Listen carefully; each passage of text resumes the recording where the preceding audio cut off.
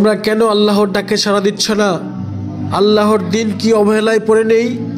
আমরা কি তার শরীয়তকে তুচ্ছ মূল্যে বিক্রি করি নাই? আমরা কি আল্লাহর তাওহীদকে প্রতিষ্ঠার অঙ্গীকার করেছিলাম না? তাহলে তোমরা কেন আল্লাহর ডাকে সাড়া দিচ্ছ না? আল্লাহ এই অন্ধকারে কাসিমের মাধ্যমে তাওহীদের আলো নিক্ষেপ করেছে। চোখ থাকার পরেও কেন তুমি অন্ধ? তোমার কান থাকার পরেও কেন তুমি শুনতে পাও না? তোমরা কেন আল্লাহর ডাকে সাড়া দিচ্ছ না?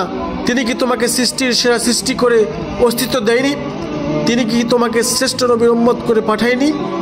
তিনি কি সব জীবন উপকরণ দেয়নি তোমার বেঁচে থাকার জন্য? তিনি কি আমাদের জন্য এমন জান্নাত তৈরি করে রাখে নাই যার আনন্দ অসীম? তিনি কি আজ আমাদের অবস্থা উন্নতির জন্য কাসিমকে যাবতীয় জ্ঞান স্বপ্নের মাধ্যমে দেয়নি? তাহলে তোমরা কেন আল্লাহর ডাকে সাড়া দিচ্ছ না? নিশ্চয়ই কাসিমের সামনে একটা সূক্ষ্ম পর্দা রয়েছে। অন্তর্দৃষ্টি ব্যক্তি তাকে চিনতে পারা কঠিন নয়। তোমরা কি ইতিহাস সম্পর্কে জানো না? যারাই নিজেকে অন্যের থেকে শ্রেষ্ঠ মনে করেছিল তারা কত উঁচু সম্মান থেকে গর্তে নিক্ষেপ হয়েছে। তুমি কি ইবলিসের ঘটনা জানো না, যে তার জ্ঞান ও আমলের কারণে আদম আলাইহিস সালামের থেকে নিজেকে শ্রেষ্ঠ মনে করেছিল, অথচ আল্লাহই ভালো জানতো কে কার থেকে শ্রেষ্ঠ।